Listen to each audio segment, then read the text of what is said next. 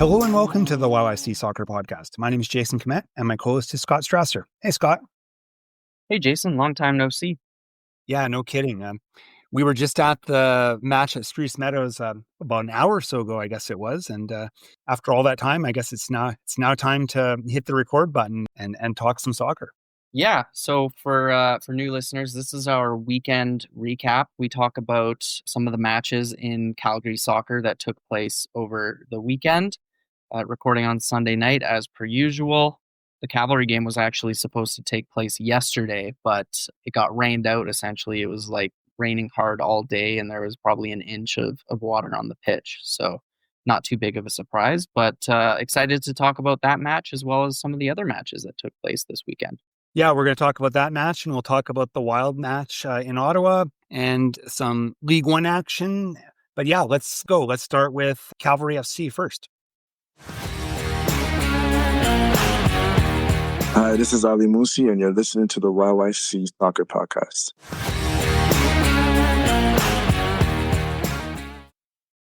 So, Jason, this match against Pacific this afternoon, it was a 1-0 win for Cavalry. Very early goal from Ali Musi. You know, you and I were talking. It was kind of telling, I think, during the press conference, we had nothing we really wanted to ask. It just felt like a straightforward results. Cavalry in red-hot form at the moment. This win puts them 10 games unbeaten. And with Pacific, it's kind of the opposite. They're now 6 games without a win, really struggling at the moment. So it was a case of Cavalry was the team that was expected to win this one, and they did. That's kind of one of the prevailing thoughts from this match was that, an expected win that happened.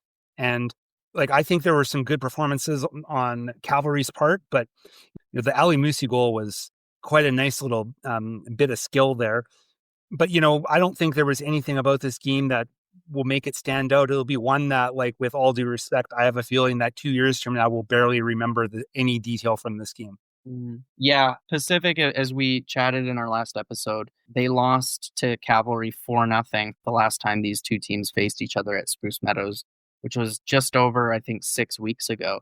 And they definitely came into this one with a more defense-first approach. They kind of sat back. They didn't let Cavalry in very much. And it just felt like a lot of the game was kind of played in the midfield. Cavalry did, as we mentioned, score early. A really nice diagonal ball from the left from Sergio Camargo found Ali Musi kind of streaking towards the 18-yard box. And it was pinpoint, but Ali Musi still had to bring it down with his chest, which he did perfectly. And then he managed to dink it over Pacific FC's goalkeeper as he came rushing out of his 6-yard box. A really nice goal from him. Good to see him get back on the score sheet. But after that, it seemed like not a lot really happened that was really worth talking about. Yeah, I'll throw out a couple of talking points. They're not particularly headline grabbing, but Mikhail Gerasimenkov probably, even though he didn't get on the score sheet or anything, he probably distinguished himself in this game. I thought he had a really good game, and I know head coach Tommy Wheeldon Jr. made a point of mentioning it as well in the post-game press conference. He looked good out there. And the other thing, Diego Gutierrez made his first appearance of the year. He came on in the 60-some minutes. So he got about 25 minutes of action in. So didn't really stand out or anything. But it's nice to see that, after a very long time being injured, he's back. Yeah, and nice to mention Gerasimenkov. He had a great game at left back, which is impressive considering that, his assignment for the day was marking Marco Bustos, Pacific's captain and one of their best players. So he did really well to shut Bustos down. But as we know about Mikhail Gerasimenkov, is he loves to get forward and get involved, and he did a lot of that down the left. So yeah, really strong game from him. And yeah, great to see Diego Gutierrez get back. He was one of my favorite players last season on Cavalry in that 6 role alongside Shamit Shom. And even though it wasn't for that much of the game, it was cool to see them link up again. So that's the second and final visit for Pacific to Spruce Meadows this year. They're having a trying season there, Scott, don't you think? Yeah, they're usually a consistently strong CPL club that's always good to finish in the playoff spots, which is the top 5. But there's still a lot of soccer to be played, but their season has really not gone very well. They're down at the bottom of the table along with Vancouver and Valor, right? I think after 12 games, they still only have 8 points, and they've only scored 8 goals in those 12 games. So they definitely have a scoring problem, and I think that was quite apparent today. We know that they signed Ronan Krat, and he was, I think, expected to be that main goal getter, right? Like in the past, we've seen Alejandro Diaz, we've seen Easton Ongaro score goals for Pacific, but Ronan Krat had that bad injury very early into the season, and it seems like they just haven't had anybody step up and become that guy who can get a goal for them. So let's talk about the CPL table right now, and there is a real separation, kind of as you had just mentioned about some of the teams that really on the bottom, and they're really, when they look up at the top of the table, it's a long way up. Valor, Pacific, and Vancouver are quite far down, and then York is sort of kind of in the middle there. They're at 14 points, which puts them well back, firmly entrenched in 5th place. How about that? Halifax is in 4th with 21 points, so there's a big gap between 4th and 5th, and there's a 6-point gap between 5th and 6th. So I feel like it's going to take something special for any of those bottom 3 to catch up to York and finish in a playoff spot. I don't see which team it could be. We saw Valor struggle a lot this weekend. They lost like 5-0 to Forge or something. Some brutal goals in there, including an own goal that you and I were watching it on our laptops today. But that goal will haunt that defender forever. I feel bad for him. He somehow picked the top corner of his own net like a Kobe Warshevsky strike. But anyway, CPL table, there's definitely a gap growing between the top half and the lower half. But there is some jostling at the top, I think, like between Ottawa Forge and Cavalry. It's hard to tell who's gonna finish on top this year. We won't spend too much time talking about it today, but huge matchup at Spruce Meadows next Saturday. Ottawa, who's at the top of the table with 25 points, they're in town playing Cavalry, who has got 21 points.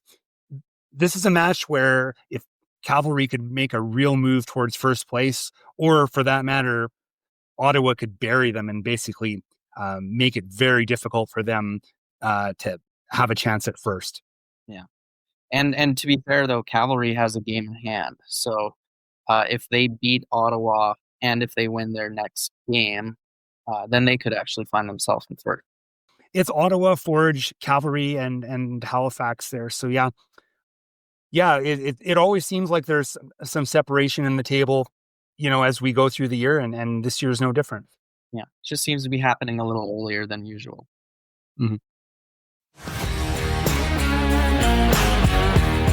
This is Mila Schneider, and you're listening to the YYC Soccer Podcast.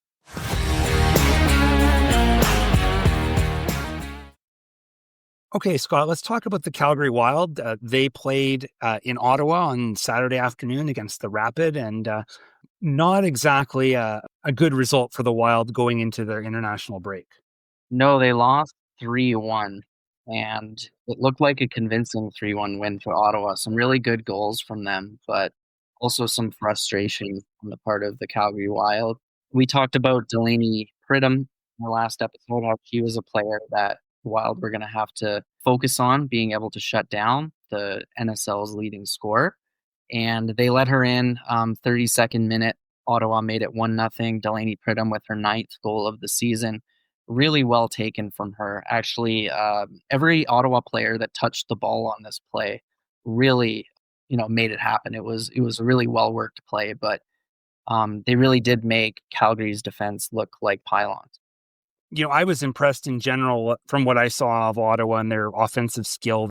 And Delaney Pridham actually did find the net again just a few minutes later. It was called back for offside, but the replay showed that she was actually onside on this play. So that would have been her 10th goal of the NSL season, but didn't count. And the two teams went into the halftime break with Ottawa leading 1-0. Then there was no scoring actually till pretty late in the match. And Kayla Demick scored in the 81st minute to put Ottawa ahead 2-0 and kind of make things a little bit comfortable for them. But it didn't last long because the Wild were able to bring it back within one a couple minutes later.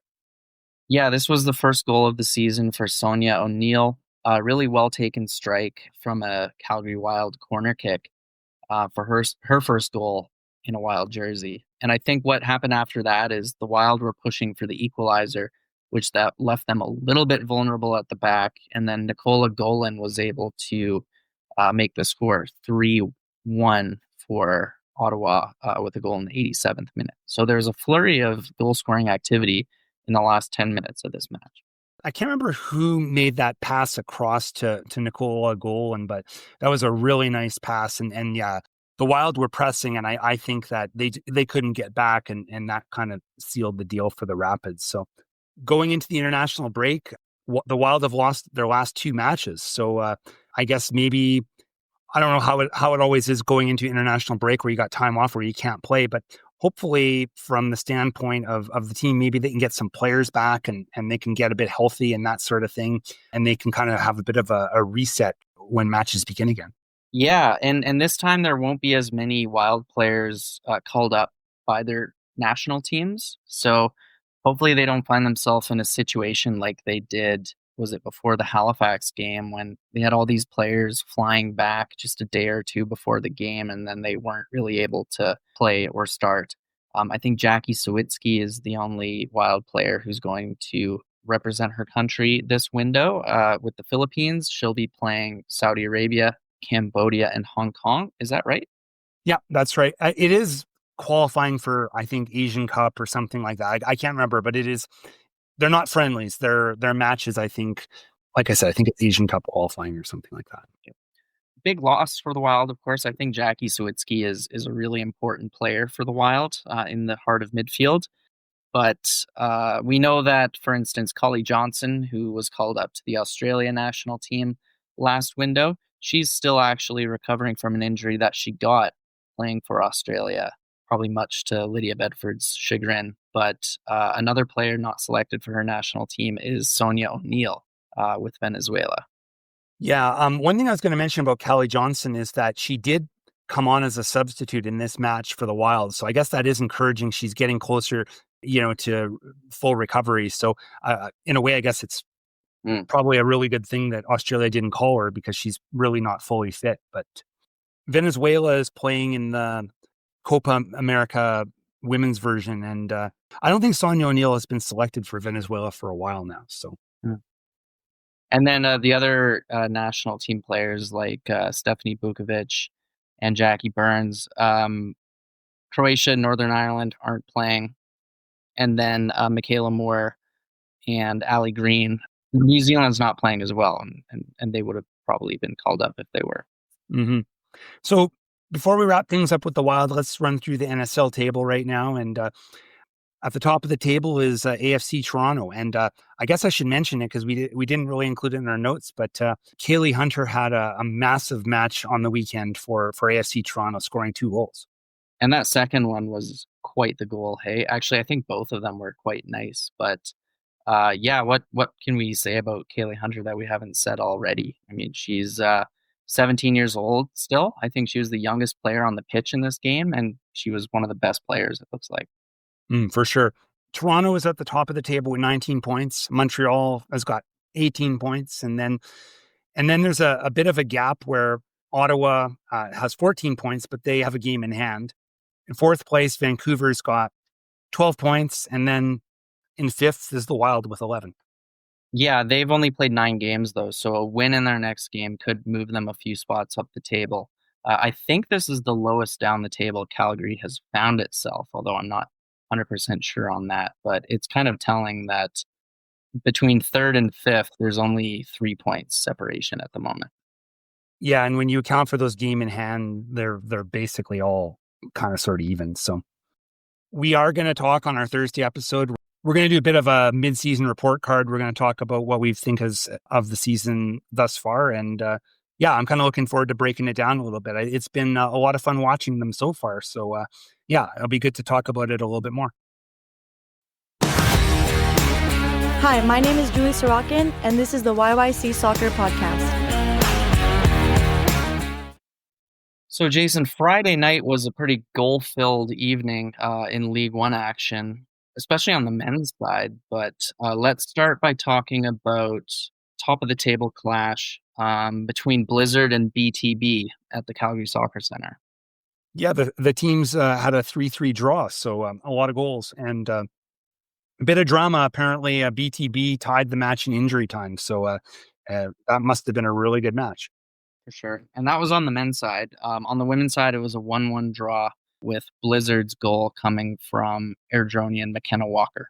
Next match we want to talk about is Rangers versus Cavalry U21. They played at Weber Athletic Park, and Rangers won 5-2. That's another game with lots of goals.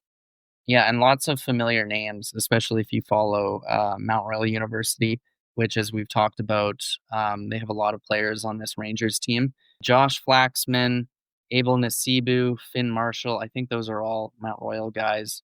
They got on the score sheet, as well as Kwasi Oteng Frimpong and Bwiju Mutangolo.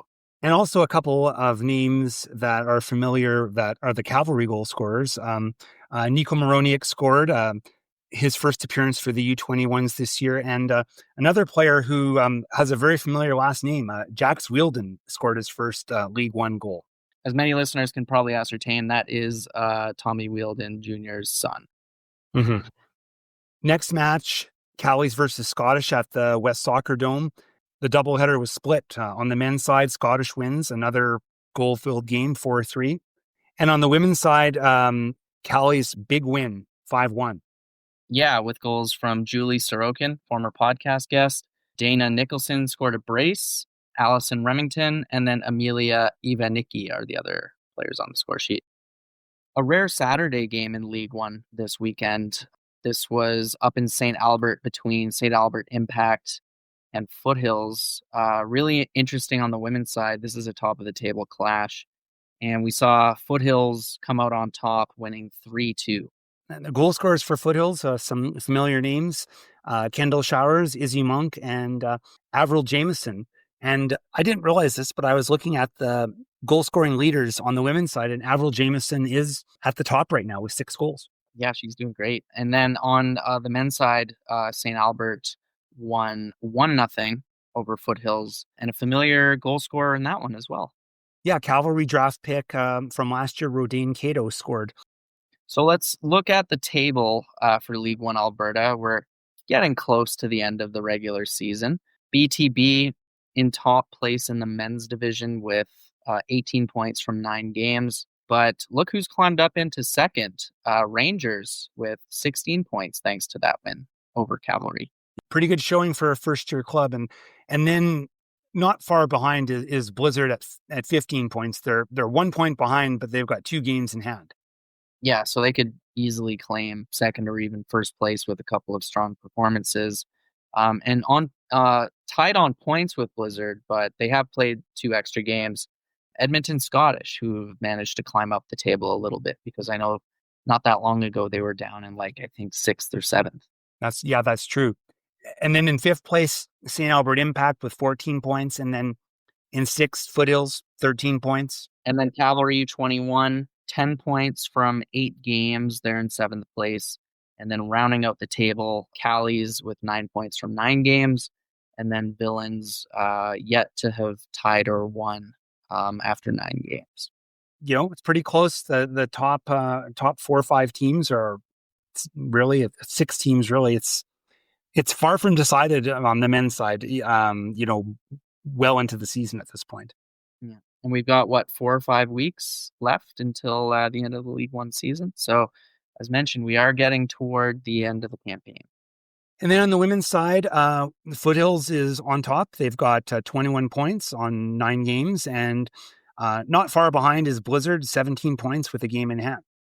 And St. Albert, they dropped down to 3rd place, 15 points from 7 games. So they could be tied with Foothills on points if they win their 2 games in hand. BTB in 4th place, quite a bit back of St. Albert at the moment with 10 points from 7 games. Fifth place, Villains, respectively in mid-table with 10 points from 8 games.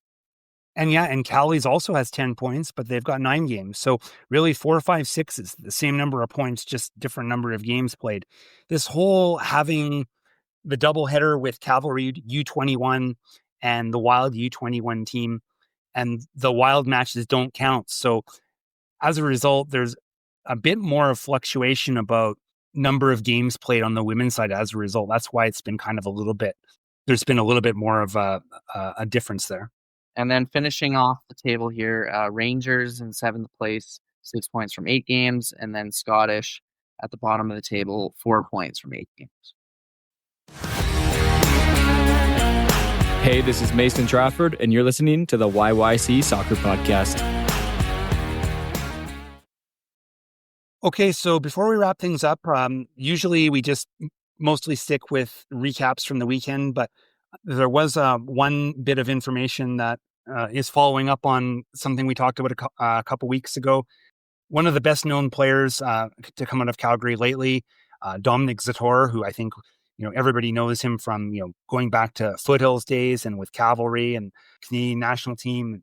Most recently, he's been playing in Poland. His previous club, his contract's running out, and it looks like he's found a new club, though. Yeah, we speculated if that departure from Corona Kelce could mean that Zator would return back to Canada, either to rejoin Cavalry or another team in the CPL, or maybe use his experience in Poland's top flight to secure a contract in MLS somewhere, maybe Montreal, where he knows a couple of their players. But no, it looks like he's staying in Poland with a club that was promoted to the top flight by winning the second division this year, called Arka Gdynia. Yeah, I don't know much about the club. I know that they're newly promoted and not much more than that, really. I haven't been able to clarify whether he's actually signed. He's definitely been on trial, and from what I've been able to tell, it looks like maybe it's not officially done yet, but it sounds like it's going to happen. So kind of makes sense in a way that you want to bring in a player like Zator, who, is experienced at the first division level, and, he's got obvious leadership skills, even, playing for his team in Poland. He was captain more often than not. So probably the kind of guy that if you are being promoted to the first division and you want a bit of a steady hand, it seems like he would fit the bill.